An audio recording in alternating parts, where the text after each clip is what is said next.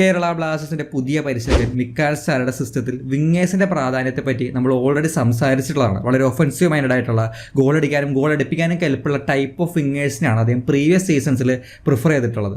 ആ ഒരു കാറ്റഗറിയിൽ ഈ ഒരു സീസണിൽ കേരള ബ്ലാസ്റ്റേഴ്സ് സൈൻ ചെയ്തിട്ടുള്ള ഐ ലീഗിൽ നിന്നുള്ള ഒരു പ്ലെയറാണ് ലാൽത്തമാവിയ റാൾട്ടെ എന്ന ഐസോൾ FC പ്ലെയർ.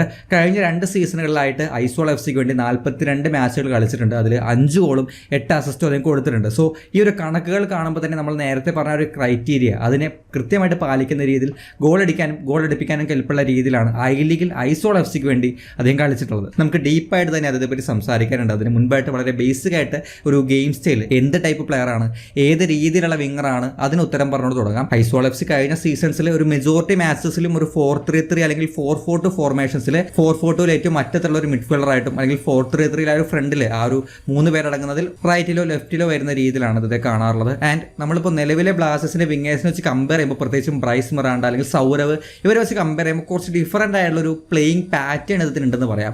ഈ സൗരവ് ആണെങ്കിലും ബ്രൈസ് ആണെങ്കിലും അവരുടെയൊക്കെ ഒരു ഗെയിം സ്റ്റൈലിലെ കുറച്ചുകൂടി ഒരു നോർമൽ വിങ്ങേഴ്സ് അല്ലെങ്കിൽ ഒരു മിഡ്ഫീൽഡർ ആ ഒരു ടൈപ്പിലേക്ക് മാറാറുണ്ട്. അവർക്കൊരു സ്പെസിഫിക് പാത്ത് ഉണ്ടാവും, അവിടെ ഓവർലാപ്പ് ചെയ്യുക, ക്രോസ് കൊടുക്കുക, അവരുടെ മൂവ്മെന്റ്സ് കുറച്ചുകൂടി സ്ട്രെയിറ്റ് ആയിട്ടായിരിക്കും. ആ ഒരു രീതിയിലാണ് അവരെ കൂടുതലായിട്ടും കാണാറുള്ളത്. എന്നാൽ ഇതിന്റെ കാര്യത്തിലേക്ക് വരുമ്പോൾ കുറച്ചുകൂടി ഡയഗണലിൽ കളിക്കാൻ കെൽപ്പുള്ള അല്ലെങ്കിൽ അതിന്റെ ഒരു മൂവ്മെന്റ്സിലെ പാറ്റേൺ നോക്കിയാൽ തന്നെ ഈ പറഞ്ഞ പോലെ എക്സ്ട്രീംസിലോ അല്ലെങ്കിൽ വൈഡിലോ നിന്ന് റിസീവ് ചെയ്ത് കഴിഞ്ഞാൽ നേരെ ബോക്സിനകത്ത് പാരലി പോയി ക്രോസ് കൊടുക്കുക, ആ ഒരു ടെൻഡൻസി അല്ലാതെ ബോക്സിനകത്തേക്ക് ഡയഗണലിൽ കയറാൻ അതിൻ്റെ ഒരു പാത്ത് തന്നെ ടുവേർഡ്സ് ദ ബോക്സ് അല്ലെങ്കിൽ ടുവേർഡ്സ് ദ ആ ഒരു ഗോൾ പോസ്റ്റ് എന്ന രീതിയിലേക്കുള്ള മൂവ്മെന്റ്സ് ആണ് കൂടുതൽ കാണുന്നത്. ഒരു ഓർത്തഡോക്സ് വിങ്ങർ എന്നതിനേക്കാൾ ഉപരി ഒരു ഔട്ട്സൈഡ് ഫോർവേഡ് ആയിട്ട് തന്നെ നമുക്ക് പരിഗണിക്കാൻ പറ്റുന്ന, ഒഫൻസീവ് ആയിട്ട് കളിക്കുന്ന, അറ്റാക്ക് മൈൻഡഡ് ആയിട്ടുള്ള ഒരു വിങ്ങർ എന്ന രീതിയിൽ നമുക്ക് പറയാൻ പറ്റുന്ന ഒരു പ്ലെയറാണ് അമാവിയ റാൾട്ടെ. ആൻഡ് അതുപോലെ തന്നെ ഇതിൻ്റെ ഒരു വിങ് ഡിപ്പെൻഡൻസി അല്ലെങ്കിൽ ഒരു സൈഡ് ഡിപ്പെൻഡൻസി ഇല്ലെന്ന് പറയേണ്ടി വരും. ഇപ്പോൾ സൗരവ് ആണെങ്കിലും ബ്രൈസ് ആണെങ്കിലും ബ്രൈസിന് ഒരു കംഫർട്ടബിൾ സൈഡ് എന്ന് പറയുന്നത് ലെഫ്റ്റ് ആണ്. അതിൻ്റെ ഒരു ലെഫ്റ്റ് ഫുട്ട് സ്ട്രോങ് ആയതുകൊണ്ട് അവിടെ ഓവർലാപ്പ് ചെയ്ത് ലെഫ്റ്റ് ഫുട്ട് കൊണ്ട് ക്രോസ് കൊടുക്കുന്ന രീതിയിലാണ് മെജോറിറ്റി അതിൻ്റെ പാറ്റേൺ കാണാറുള്ളത്. സിമിലർ ആയിട്ട് സൗരവിലേക്ക് വരുമ്പോൾ സൗരവും കൂടുതൽ കംഫർട്ടബിൾ ആയിട്ടുള്ളതും അദ്ദേഹത്തെ കൂടുതൽ കാണുന്നതും ഒരു റൈറ്റ് സൈഡിലാണ്. അദ്ദേഹത്തിൻ്റെ റൈറ്റ് ഫുട്ട് സ്ട്രോങ് ആയതുകൊണ്ട് അവിടെ ഓവർലാപ്പ് ചെയ്ത് ക്രോസ് കൊടുക്കുന്ന രീതിയിലാണ്. പക്ഷേ ഇദ്ദേഹത്തിൻ്റെ കാര്യത്തിലേക്ക് വരുമ്പോൾ ഇതിൻ്റെ ഒരു പ്രിഫേർഡ് ഫുട്ട് അല്ലെങ്കിൽ സ്ട്രോങ് ഫുട്ട് എന്ന് പറയുന്നത് റൈറ്റ് ആണ്. പക്ഷേ ഇദ്ദേഹത്തിൻ്റെ ഒരു മെജോറിറ്റി ടൈമിലും ഇദ്ദേഹം കളിച്ച് കാണുന്നത് ലെഫ്റ്റ് സൈഡിലാണ്. അവിടെ ഒരു ഇൻവേർട്ടഡ് വിങ്ങർ എന്ന രീതിയിൽ അകത്തേക്ക് കട്ടിൻ സൈഡ് എടുത്ത് കളിക്കുന്ന രീതിയിലാണ് കാണുന്നത്. അറ്റ് ദ സെയിം ടൈം ഈ ലെഫ്റ്റിൽ കളിക്കുന്നു എന്ന് പറയുമ്പോൾ ഒരു മാച്ചിൽ തന്നെ സ്വിച്ച് ചെയ്യാൻ, ഈ വിങ് സ്വിച്ച് ചെയ്യാനുള്ള ആ ഒരു എബിലിറ്റി ഇതിൽ കാണുന്നുണ്ട്. സോ റൈറ്റിലും ലെഫ്റ്റിലും ഒരുപോലെ നമുക്ക് ഉപയോഗിക്കാൻ പറ്റുന്ന, കൂടുതലും ഒരു എഫക്റ്റീവായിട്ട് കംഫർട്ടബിൾ ആയിട്ട് കുറച്ചുകൂടി ഡേഞ്ചറസ് ആയിട്ട് അദ്ദേഹം മാറുന്നത് ലെഫ്റ്റിലാണെങ്കിൽ പോലും സ്വിച്ച് ചെയ്ത റൈറ്റിലേക്ക് പോയിട്ട് അവിടേക്കും ഇതിന് ആ ഒരു സൈഡിലും കളിക്കാൻ പറ്റുന്ന ഒരു എബിലിറ്റി ഉണ്ട്. സോ വീക്ക് ഫുട്ട് എന്ന് പറയുന്ന സംഭവം ഒരു വലിയ രീതിയിൽ ഇതിന് പ്രശ്നമായിട്ട് വരുന്നില്ല എന്നിവിടെ കാണാൻ സാധിക്കുന്നത്. അദ്ദേഹം എടുക്കുന്ന ഷോട്ടുകളാണെങ്കിലും ഇനിയിപ്പോൾ ക്രോസ് കൊടുക്കുന്ന സിറ്റുവേഷൻസിലാണെങ്കിലും പാസ് കൊടുക്കുന്ന സിറ്റുവേഷൻസിലാണെങ്കിലും ലെഫ്റ്റ് ഫുട്ടും നല്ല രീതിയിൽ തന്നെ അദ്ദേഹം യൂസ് ചെയ്യുന്നുണ്ട്. സോ സൈഡ് ഡിപ്പെൻഡൻസി ഈ പറഞ്ഞ പോലെ സൗരവിനെ പോലെയോ ബ്രൈസിനെ പോലെയോ ഏതെങ്കിലും ഒരു സൈഡിൽ മാത്രം അദ്ദേഹം കംഫർട്ടബിൾ എന്ന രീതിയിലല്ലാതെ 2 സൈഡിൽ ഉപയോഗിക്കാൻ പറ്റുന്ന, അതേസമയം ലെഫ്റ്റിലെ കുറച്ചുകൂടി ഡേഞ്ചറസ് ആയിട്ട് മാറുന്ന, അവിടെ നിന്ന് ഇൻസൈഡിലേക്ക് പോകാനും ഈ പറഞ്ഞ പോലെ ഇൻവേർട്ടഡ് വിങ്ങർ എന്ന രീതിയിൽ കളിക്കാനും കൂടുതൽ കംഫർട്ടബിൾ ആയിട്ടുള്ള രീതിയിലാണ് ഇതിന്റെ കാണാറുള്ളത്. അതുപോലെ തന്നെ ഇതിന്റെ സൈനിങ്ങിനെ പറ്റിയുള്ള ക്ലൂ വന്നപ്പോൾ തൊട്ട് നിങ്ങൾ കേൾക്കുന്ന ഒരു കാര്യമായിരിക്കും പേസിനെ പറ്റി. ആ ഒരു പേസിനെ റെപ്രസെന്റ് ചെയ്തിട്ടാണ് ഇതിന്റെ സൈനിങ് ക്ലൂസും സൈനിങ്സും അതിന്റെ പ്രൊമോഷണൽ വീഡിയോസ് ഒക്കെ ചെയ്തിട്ടുള്ളത്. സോ നമ്മൾ മാച്ച് കാണുമ്പോഴും പേസ് നല്ല രീതിയിൽ യൂസ് ചെയ്യുന്ന, അതുകൊണ്ട് ബെനിഫിറ്റ് ഉണ്ടാക്കുന്ന രീതിയിലും ഇതിന്റെ കാണാൻ സാധിക്കുന്നുണ്ട്. അത് പ്രത്യേകിച്ചും ഈ പന്ത് റിസീവ് ചെയ്യാൻ വേണ്ടിയിട്ട് ഇപ്പോൾ ഒരു ത്രൂ ഒക്കെ അതിൽ കളിച്ചു കഴിഞ്ഞാൽ അത് ഓപ്പണന്റ് എടുക്കുന്നതിന് മുൻപേ തന്നെ പേസ് യൂസ് ചെയ്ത് പന്ത് റിസീവ് ചെയ്യുന്ന രീതിയാണെങ്കിലും ഇപ്പോൾ ഡിഫൻസീവ്ലി ഡ്രോപ്പ് ചെയ്ത് ഇറങ്ങി വന്നിട്ട് റിക്കവർ ചെയ്യുന്ന അത്തരത്തിലുള്ള മൂവ്മെന്റ്സ് ഉണ്ട്. അവിടെയൊക്കെ പേസ് അദ്ദേഹത്തെ ഒരുപാട് ഹെൽപ്പ് ചെയ്യുന്നുണ്ട്. പക്ഷേ കൂടുതലും അദ്ദേഹം പേസ് യൂസ് ചെയ്യുന്ന, പേസ് അദ്ദേഹത്തെ ഹെൽപ്പ് ചെയ്യുന്ന ഒരു ഡിപ്പാർട്ട്മെന്റ് എന്ന് പറയുന്നത് വിത്ത് ദ ബോളാണ്. ബോൾ കൈവശം വെച്ച് ഓപ്പണന്റ് ടീമിലെ പ്ലേയേഴ്സിനെ ബീറ്റ് ചെയ്യാൻ, ഡ്രിബിൾ ചെയ്യാനാണ് ഈ പേസ് അദ്ദേഹത്തെ കൂടുതൽ ഹെൽപ്പ് ചെയ്യുന്നത് കഴിഞ്ഞ സീസണുകളിൽ കണ്ടിട്ടുള്ളത്. സോ അവിടേക്ക് വരുമ്പോൾ ഇതിന്റെ ഡ്രിബിളിംഗ് മെത്തേഡ്, പ്ലേയേഴ്സിനെ മറികടന്ന് പോകാൻ, ബീറ്റ് ചെയ്ത് പോകാൻ അദ്ദേഹം യൂസ് ചെയ്യുന്ന ടെക്നിക്കിനെ പറ്റി സംസാരിക്കണം. സോ ഇതിന്റെ ഡ്രിബിളിംഗ് മെത്തേഡ് എന്ന് പറയുന്നത് മെയിൻ ആയിട്ട് പേസും അതുപോലെ തന്നെ ടച്ചസും യൂസ് ചെയ്തിട്ടുള്ളതാണ്. ഫാസ്റ്റ് ആയിട്ട് ടച്ചസും അതുപോലെ തന്നെ പേസും നല്ല രീതിയിൽ യൂസ് ചെയ്തിട്ടാണ് അദ്ദേഹം ഡ്രിബിൾ ചെയ്യുന്നത്. ആൻഡ് അതിൻ്റെ ഡ്രിബിളിങ്സിൽ അല്ലെങ്കിൽ പ്ലേയേഴ്സിനെ മറികടന്ന് പോകുന്ന സിറ്റുവേഷൻസിലൊക്കെ മെജോറിറ്റി സമയത്ത് നമ്മൾ കാണുന്ന ഒരു പാറ്റേൺ എന്ന് പറയുന്നത് അദ്ദേഹം പന്ത് പതിയെ ഫാസ്റ്റ് ആയിട്ട് ടച്ചസ് എടുക്കുന്നു, ഒരു വേക്കൻറ്റ് സ്പേസിലേക്ക് അല്ലെങ്കിൽ അതിന് മുന്നിലേക്ക് കുറച്ചുകൂടി ഹെവി ആയിട്ടുള്ള ഒരു ടച്ച് കൊടുക്കുന്നു. ആ ഒരു ഹെവി ആയിട്ടുള്ള ടച്ച് കൊണ്ട് ഓപ്പണന്റിനെ, അതിൻ്റെ കൂടെയുള്ള പ്ലെയറിനെ പേസ് കൊണ്ട് തോൽപ്പിച്ചിട്ട് ആ ഒരു പന്ത് എടുക്കുന്നു. ഈ ഒരു രീതിയിലാണ് അദ്ദേഹത്തിൻ്റെ ഒരു മെജോറിറ്റി ടൈമിലും ഈ പറഞ്ഞ വിങ്ങിൽ എത്തിപ്പെടുമ്പോഴും വിങ്ങിൽ നിന്ന് അകത്തേക്ക് കിടന്ന സിറ്റുവേഷൻസിലൊക്കെ അതിൻ്റെ ഒരു ഡ്രിബിളിംഗ് മെത്തേഡ് എന്ന് പറയുന്നത് ഇത്തരത്തിൽ ഹെവി ടച്ച് കൊടുത്ത് ആ ഹെവി ടച്ചിലേക്ക് പേസ് കൊണ്ട് അടുത്ത് ഓപ്പണന്റിനെ ഓടി തോൽപ്പിക്കുന്ന രീതിയിലാണ് അതിന്റെ ഡ്രിബിളിംഗ് മെത്തേഡ് കാണുന്നത്. സോ അത്തരം സിറ്റുവേഷൻസിലൊക്കെ ഈ പറഞ്ഞ പോലെ 1-2 പ്ലേയേഴ്സ് അതിന് മുന്നിൽ വന്നാലും ഡ്രിബിൾ ചെയ്യാൻ എബിലിറ്റി ഉള്ള, നമ്മളിപ്പോൾ ഐമനൊക്കെ കാണാറുണ്ട്. അവിടെയൊക്കെ നമ്മൾ കുറച്ചുകൂടി അദ്ദേഹം ഈ പറഞ്ഞ പോലെ ഒരു കഞ്ചസ്റ്റർ ഏരിയയിലേക്ക് എത്തിപ്പെട്ടാലും അവിടെ മറ്റ് പ്ലേയേഴ്സിനെ പോലെ പെട്ടെന്ന് പാസ് കൊടുത്ത് ഒഴിവാക്കുക അല്ലെങ്കിൽ പെട്ടെന്ന് ബ്ലോക്ക് ചെയ്യാൻ പാകത്തിനൊരു ഷോട്ട് എടുക്കുക, അതിലേക്ക് പോകാതെ അവരെ ഈ പറഞ്ഞ ടച്ചിലൂടെയോ അല്ലെങ്കിൽ ഈ പറഞ്ഞ പോലെ ഫാസ്റ്റ് ആയിട്ടുള്ള പേസിലൂടെയോ ബീറ്റ് ചെയ്ത് മുന്നോട്ടേക്ക് പോകാനോ ഇൻസൈഡിലേക്ക് പോകാനോ ടെൻഡൻസി കാണിക്കുന്ന ടൈപ്പ് ഒരു പ്ലെയർ ആയിട്ട് ഫീൽ ചെയ്യുന്നുണ്ടായിരുന്നു. ആൻഡ് അതുപോലെ തന്നെ ഒരു അഡീഷൻ എന്ന രീതിയിൽ അതിനേക്കാൾ ഉപരി ഒരു എഫക്റ്റീവ് ആയുള്ള ഒരു രീതിയിൽ വരുന്ന ഒരു സംഭവമാണ് ഇതിന്റെ സെറ്റ് പീസ് ടേക്കിംഗ്. കോർണേഴ്സ് ആണെങ്കിലും direct and indirect free kicks ആണെങ്കിലും അവിടെയൊക്കെ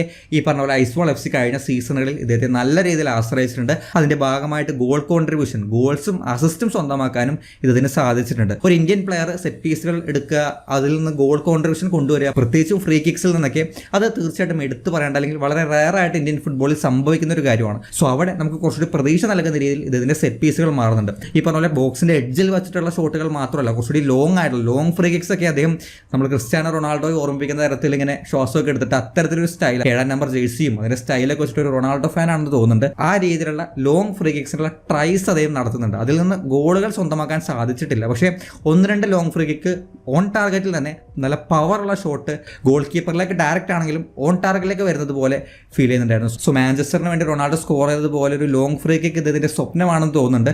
അത് ബ്ലാസ്റ്റേഴ്സ് ജേഴ്സിയിൽ നടക്കും എന്ന് പ്രതീക്ഷിക്കാം. സോ ഇനി നമുക്ക് ഇതിന്റെ ഒരു സ്ട്രെങ്ത് ആയിട്ട് അല്ലെങ്കിൽ റിപ്പീറ്റ് ആയിട്ട് കണ്ട മൂവ്മെന്റ്സിലേക്ക് പോകാം. അതിൽ സ്ട്രെങ്ത് ആയിട്ട് പറയുമ്പോൾ ആദ്യം തന്നെ എടുത്ത് പറയേണ്ടത് ഇതിന്റെ ഒരു ടച്ചസും ബോൾ കൺട്രോളുമാണ്. നല്ല രീതിയിലുള്ള ഫസ്റ്റ് ടച്ചും അതിനുശേഷം വരുന്ന ബോൾ കൺട്രോൾ, പന്തുമായിട്ട് ക്യാരി ചെയ്യുന്ന സിറ്റുവേഷൻസിലേക്ക് നല്ല രീതിയിലുള്ള ഒരു കൺട്രോൾ നമുക്ക് ഇതിൽ കാണാൻ സാധിക്കുന്നുണ്ട്. പല സമയത്തും എവിടേക്കോ, കംപ്ലീറ്റ്ലി അല്ല എന്നാൽ എവിടേക്കോ ഒരു എയിം ആൻഡ് ടച്ച് നമുക്കിവിടെ ഡ്രിബ്ലിങ്ങിൽ അല്ലെങ്കിൽ ബോൾ കൺട്രോളിൽ ഫീൽ ചെയ്യുന്നുണ്ട്. അതിൽ എടുത്തു പറയേണ്ടത് ഇതിന്റെ ടച്ചസ് ആണ്. അതിൽ ഫസ്റ്റ് ടച്ചിന്റെ കാര്യത്തിലേക്ക് വരുമ്പോൾ പ്രത്യേകിച്ചും ഹൈ ബോൾസ് വരുന്ന സമയത്ത് ആ ബോൾ അതിന്റെ വരുതിയിലാക്കുന്ന ഒരു സംഭവമുണ്ട്.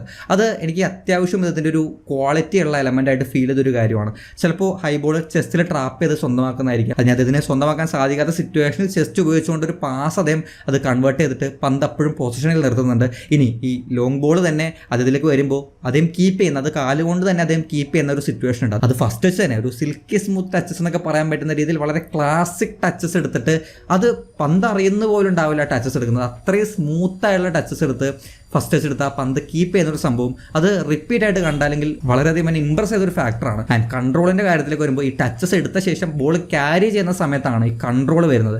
അവിടെ അദ്ദേഹത്തെ ഹെൽപ്പ് ചെയ്യുന്ന ഒരു ഫാക്ടർ ഈ 2 ഫുട്ടും ഒരുപോലെ യൂസ് ചെയ്യുന്നു എന്നുള്ളതാണ്. ഈ റൈറ്റും ലെഫ്റ്റും യൂസ് ചെയ്യുന്നുണ്ട്. അതുപോലെ തന്നെ റൈറ്റ് ഫുട്ടിൻ്റെ തന്നെ ഇൻസൈഡും ഔട്ട്സൈഡും, ആ ഒരു ബൂട്ടിൻ്റെ ഇൻസൈഡും ഔട്ട്സൈഡും വെച്ചിട്ട് പാസുകൾ കളിക്കുന്നതാണെങ്കിലും മൂവ്മെൻറ്റ് നടത്തുന്നതാണെങ്കിലും അവിടെ എല്ലാം നമുക്ക് ഫാസ്റ്റ് ആയിട്ടുള്ള ടച്ചസ് കാണാൻ സാധിക്കുന്നുണ്ട്. അപ്പോൾ ഈ ഒരു സിറ്റുവേഷൻ നോക്കുകയാണെന്നുണ്ടെങ്കിൽ ഇവിടെ അദ്ദേഹത്തിന് പന്ത് കിട്ടിയതിന് ശേഷം മൊത്തം പാസ് ഉൾപ്പെടെ 7 ടച്ചസ് ആണ് അദ്ദേഹം എടുക്കുന്നത്. അതും ഫാസ്റ്റ് ആയ ടച്ചസ്, വളരെ കുറഞ്ഞ സ്പേസിൽ വെച്ചിട്ട് വളരെ പെട്ടെന്നുള്ള ടച്ചസ് ആണ്. സോ അത്തരത്തിൽ നല്ല രീതിയിലുള്ള ഫസ്റ്റ് ടച്ചും അതിനുശേഷമുള്ള ഫാസ്റ്റ് ആയിട്ട് ടച്ചസ് എടുത്തിട്ടുള്ള ബോൾ കൺട്രോളും നമുക്ക് കാണാൻ സാധിക്കുന്നു. സോ ഈ ഡ്രിബ്ലിംഗ് മെത്തേഡ്സിൽ അല്ലെങ്കിൽ പന്ത് അത്യാവശ്യം 1-2 പേരൊക്കെ ഇതിൻ്റെ ഫ്രണ്ടിലുണ്ടെങ്കിലും ആ ഒരു പ്ലെയേഴ്സിനെയൊക്കെ മറികടന്ന് പോകാൻ നമുക്കൊരു കോൺഫിഡൻസ് നൽകുന്ന ഫാക്ടർ ഈ ഒരു കൺട്രോളും അതിൻ്റെ ടച്ചസുമാണ്. ആൻഡ് രണ്ടാമതായിട്ട് റിപ്പീറ്റ് ആയിട്ട് കാണുന്ന ഒരു മൂവ്മെന്റിനെ പറ്റിയാണ് കട്ട് ഇൻസൈഡ് ചെയ്ത് അകത്തേക്ക് വരുന്ന മൂവ്മെന്റ്സ്. അവിടെ നമുക്കൊരു പ്ലേയിങ് സ്റ്റൈലിൽ ഒരു പാറ്റേൺ അല്ലെങ്കിൽ സ്ഥിരമായിട്ട് റെഗുലറായിട്ട് കാണുന്ന 1-2 പാറ്റേൺസ് കാണാൻ സാധിക്കുന്നുണ്ട്. അതിൽ ഒന്നാമത്തെ പാറ്റേൺ എന്ന് പറയുന്നത് ഈ രീതിയിൽ ലെഫ്റ്റ് എക്സ്ട്രീംസിൽ വെച്ചോ അല്ലെങ്കിൽ ഇൻസൈഡിൽ വെച്ചോ പന്ത് റിസീവ് ചെയ്തതിന് ശേഷം നേരത്തെ പറഞ്ഞതുപോലെ ഡയഗണലി ബോക്സിന് ടുവേർഡ്സ് ആണ് അദ്ദേഹം മൂവ് ചെയ്യാൻ ശ്രമിക്കുന്നത്. അങ്ങനെ മൂവ് ചെയ്തതിന് ശേഷം അദ്ദേഹം ഔട്ട് സൈഡിലേക്ക് കട്ട് ചെയ്യുന്നു. എന്നിട്ട് ഇൻസൈഡിലേക്ക് അകത്തേക്ക് ഒരു പാരലൽ ബോൾ, ക്രോസ് എന്ന രൂപത്തിൽ ഒരു ബോൾ അദ്ദേഹം പ്രൊവൈഡ് ചെയ്യുന്നുണ്ട്. അത് പല സമയത്തും ഒരു റിപ്പീറ്റ് ആയിട്ട് ഒരു പാറ്റേൺ എന്ന രീതിയിൽ ഇതേ തരത്തിലുള്ള മൂവ്മെന്റ്സ് നമുക്ക് ഒരുപാട് കാണാൻ സാധിക്കുന്നുണ്ട്. ആൻഡ് ഇതിൽ നിന്നും അതിന് ഗോൾ കോൺട്രിബ്യൂഷൻ കൂടെയുണ്ട്, അസിസ്റ്റുകളുണ്ട്. ആൻഡ് അവിടെ കണ്ടെത്താൻ സാധിച്ച ഒരു ഇൻട്രസ്റ്റിംഗ് ആയ കാര്യം എന്ന് പറയുന്നത് എഫക്റ്റീവ് ആയിട്ടുള്ള ഗ്രൗണ്ടേഴ്സ് അദ്ദേഹം പ്രൊവൈഡ് ചെയ്തതാണ്. ഹൈ ബോൾസിനേക്കാൾ കൂടുതൽ അതിന് അസിസ്റ്റ് കിട്ടിയിട്ടുള്ളത് ഈ ഗ്രൗണ്ടേഴ്സ് വഴിയാണ്. ഗ്രൗണ്ടേഴ്സ് കുറച്ചുകൂടി ആ ഒരു അകത്ത് നിൽക്കുന്ന പ്ലെയറിന് ഫിനിഷ് ചെയ്യാൻ എളുപ്പമായിരിക്കും. പക്ഷെ അത് കൃത്യമായിട്ട് അതിലേക്ക് റീച്ച് ചെയ്യേണ്ടതുണ്ട്. ഗ്രൗണ്ടേഴ്സ് മാത്രമല്ല ഹൈ ബോൾസും കൊടുക്കുന്നുണ്ട്. അത് റൈറ്റ് കൊണ്ടും ലെഫ്റ്റ് കൊണ്ടും അദ്ദേഹം കൊടുക്കുന്നുണ്ട്. രണ്ടാമത്തെ പാറ്റേൺ എന്ന് പറയുന്നത് ഈ ഇങ്ങനെ തന്നെ വന്നിട്ട് ഔട്ട് സൈഡിലേക്ക് കട്ട് ചെയ്യാതെ ഇൻസൈഡിലേക്ക് കട്ട് ചെയ്യുന്ന ഒരു രീതിയാണ്. ഇൻസൈഡിലേക്ക് കട്ട് ചെയ്ത ശേഷം പിന്നെ അവിടെ എടുക്കുന്ന ഒരു സംഭവം ഷോട്ടാണ്. ഓൺ ടാർഗറ്റിലേക്ക് പവർഫുൾ ആയിട്ടുള്ള ഒരു ഷോട്ട് അദ്ദേഹം കൊടുക്കുന്നുണ്ട്. ആൻഡ് ഈ പവർഫുൾ ആയിട്ടുള്ള ഷോട്ട് ഞാൻ കുറച്ച് കനപ്പിച്ച് പറയാൻ കാരണം ഇത്തരത്തിൽ വിങ്ങേഴ്സ് ഇൻസൈഡിലേക്ക് കട്ട് ചെയ്യുന്നത് ഒരു പുതിയ കാര്യമൊന്നുമല്ല. അത്തരത്തിലുള്ള പാറ്റേൺസിലുള്ള ഗോളുകൾ നമ്മൾ ഒരുപാട് ഫുട്ബോളിൽ കാണാറുണ്ട്. പക്ഷേ ഇവിടെ പല വിങ്ങേഴ്സും കട്ട് ചെയ്യുമ്പോൾ കർവിംഗ് ഷോട്ടുകൾക്കാണ് ശ്രമിക്കാറുള്ളത്. അത് എഫക്റ്റീവായിട്ട് വരാറുണ്ട്. പക്ഷേ ഇദ്ദേഹത്തിൻ്റെ കാര്യത്തിൽ അത്തരം കർവിംഗ് ഷോട്ടുകൾക്കുള്ള ശ്രമങ്ങളെക്കാൾ കൂടുതൽ പവർഫുൾ ഷോട്ടിനാണ് പ്രാധാന്യം കൊടുക്കുന്നത്. പവർഫുൾ ഷോട്ട്സ് എഫക്റ്റീവായി മാറാറുണ്ട്. ഗോൾ കീപ്പറിനെ ബീറ്റ് ചെയ്യുന്ന രീതിയിൽ കൃത്യമായിട്ടുള്ള സ്ഥലത്തേക്കാണെങ്കിൽ ഗോൾ കീപ്പറിന് യാതൊരു അവസരമില്ലാതെ അത് ഗോളായി മാറുകയും ചെയ്യും. പക്ഷേ ഇവിടെ മിക്കപ്പോഴും ആ ഷോട്ട്, അങ്ങനെ എടുക്കുന്ന പവർഫുൾ ഷോട്ട് വീക്കായിട്ട് മാറുന്ന അല്ലെങ്കിൽ ഒരു നെഗറ്റീവായിട്ട് മാറുന്ന സിറ്റുവേഷൻസ് ഉണ്ട്. ഷോട്ടിന് പവർ ഉണ്ട്, ഓൺ ടാർഗറ്റിലേക്കുമാണ് ഷോട്ട് വരുന്നത്. പക്ഷേ ഗോൾ കീപ്പറെ സേവ് ചെയ്യാൻ പറ്റുന്ന രീതിയിലായിരിക്കും ആ ഒരു ഷോട്ട് വരുന്നത്. സോ ഈ പാറ്റേണിലുള്ള ഇതേ രീതിയിൽ തന്നെ അകത്തേക്ക് ഒന്ന് ഷോട്ട് എടുക്കാൻ ശ്രമിക്കുന്ന മൂവ്മെന്റ്സും അത് എഫക്റ്റീവ് ആവുന്ന ഈ പറയുന്ന ഓൺ ടാർഗറ്റിലേക്ക് വരുന്ന മൂവ്മെന്റ്സ് നമുക്ക് കാണാൻ സാധിക്കുന്നുണ്ട്. ഇനി മൂന്നാമതായിട്ട് കാണാൻ സാധിക്കുന്ന ഒരു കാര്യം ഡയഗണൽ ക്രോസുകളുടെ ഒരു സാന്നിധ്യമാണ്. ഈ പറഞ്ഞ പോലെ നമ്മളൊരു ഓർത്തഡോക്സ് ഓർത്തഡോക്സ് വിങ്ങർ അല്ലെങ്കിൽ നോർമൽ ഔട്ട്സൈഡ് മിഡ്ഫീൽഡറിനേക്കാൾ കൂടുതൽ ഒരു ഔട്ട്സൈഡ് ഫോർവേഡ് എന്ന രീതിയിൽ കാണുമ്പോൾ അവിടെ ഇതിനെ കുറച്ചുകൂടി ഇൻസൈഡിലേക്ക്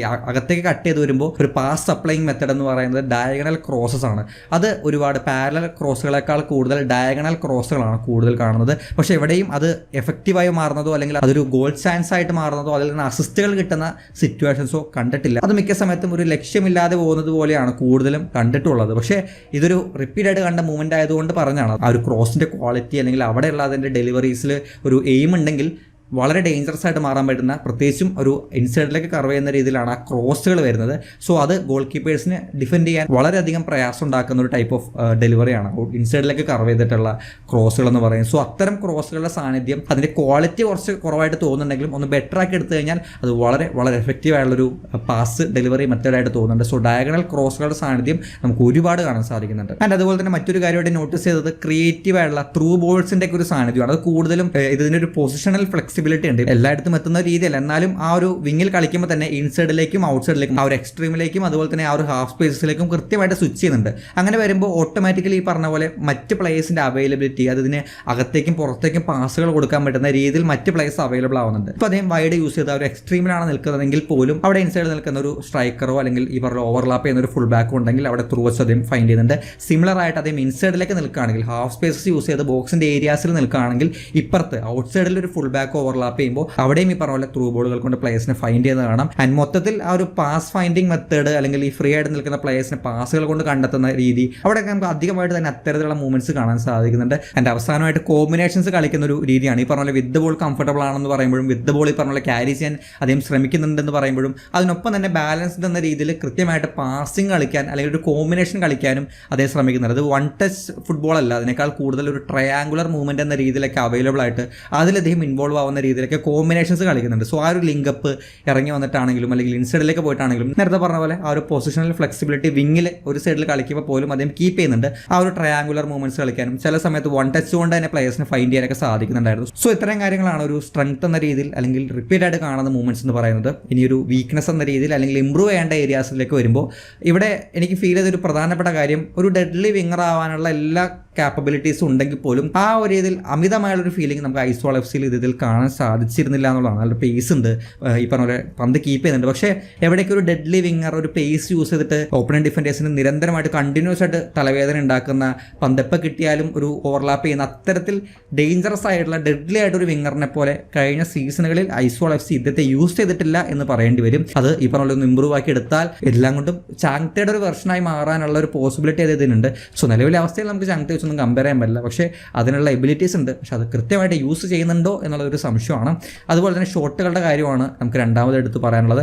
ഈ ഗോൾ സ്കോറിംഗ് സിറ്റുവേഷൻസിലേക്ക് വരുമ്പോഴും 1v1 സിറ്റുവേഷൻസിലേക്ക് വരുമ്പോഴും ആദ്യമേ പറഞ്ഞതുപോലെ പവറിനെ അമിതമായിട്ട് അദ്ദേഹം ഡിപ്പെൻഡ് ചെയ്യുന്നുണ്ട്. ആൻഡ് ഈ പവർഫുൾ ഷോട്ടുകൾക്കുള്ള ഒരു പ്രധാനപ്പെട്ട പ്രശ്നം അതിന് കൺട്രോൾ കുറവായിരിക്കും എന്നുള്ളതാണ്. നമ്മൾ ഉദ്ദേശിക്കുന്ന രീതിയിൽ നമ്മൾ ഉദ്ദേശിക്കുന്ന സ്ഥലത്തേക്ക് ആ ഒരു പവർഫുൾ ഷോട്ട് കൊടുക്കുക എന്ന് പറയുന്നത് കുറച്ച് പണിയാണ്. സോ അങ്ങനെ വരുമ്പോൾ ഈ പറഞ്ഞ പോലെ ഗോൾ സ്കോറിംഗ് സിറ്റുവേഷൻസിൽ തിരിച്ചടി നേരിടാൻ ചാൻസ് ഉണ്ട്. അവിടെ പ്ലേസ്മെൻറ്റ്, ടെക്നിക്ക്, അത്തരം കാര്യങ്ങൾക്ക് അമിതമായിട്ട് ഇദ്ദേഹം വില കൊടുക്കാത്തതുപോലെ ഓവറായിട്ട് പവറിന് എന്ത് വന്നാലും ഒരു ഒറ്റയടി ആ ഒരു രീതിയിലേക്ക് ചില സമയത്ത് മാറുന്നുണ്ട്. സോ അതൊന്ന് സെറ്റാക്കി എടുക്കണം. അതുപോലെ തന്നെ ഗ്രൗണ്ടർ ക്രോസുകൾ എഫക്റ്റീവ് ആവുന്നു എന്ന് പറയുമ്പോഴും ചില സമയത്ത് ഈ റൺ ചെയ്തിട്ടുള്ള ക്രോസുകൾ, നിന്ന് കൊടുക്കുന്ന ക്രോസുകൾക്ക് അത്യാവശ്യം ഹൈറ്റും ഫ്ലൈറ്റൊക്കെ കിട്ടുന്നുണ്ട്. പക്ഷെ എന്നാൽ ഈ ഓവർലാപ്പ് ചെയ്ത് റൺ ചെയ്തിട്ട് വിത്ത് ബോൾ അദ്ദേഹം ക്രോസ് കൊടുക്കുമ്പോൾ അത് അദ്ദേഹം വിചാരിക്കാതെ തന്നെ ആ ക്രോസ് ഒന്ന് ഗ്രൗണ്ടറായി പോകുന്നത് പോലെ അല്ലെങ്കിൽ ലോ ക്രോസ് ആയി പോകുന്നത് പോലെ ഫീൽ ചെയ്യുന്നുണ്ടായിരുന്നു. സോ ടോട്ടലി ഓവറോൾ ആയിട്ട് നോക്കുമ്പോൾ എവിടേക്ക് ഒരു ഡെഡ്ലി അല്ലെങ്കിൽ ഒരു ഡേഞ്ചറസ് സ്വിങ്ങർ ചാങ്തെ ടൈപ്പൊക്കെ ആയി മാറാൻ സാധ്യതയുള്ള ഒരു സ്പാർക്ക് അദ്ദേഹം തരുന്നുണ്ട്. പക്ഷേ പല ഏരിയാസിലും പല കാര്യങ്ങളും ഒരുപാട് ഇമ്പ്രൂവ്മെൻറ്റ്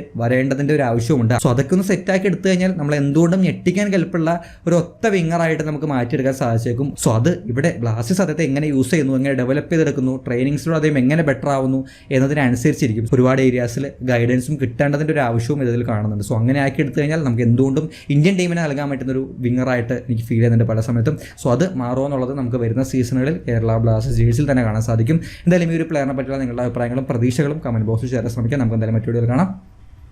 ബൈ.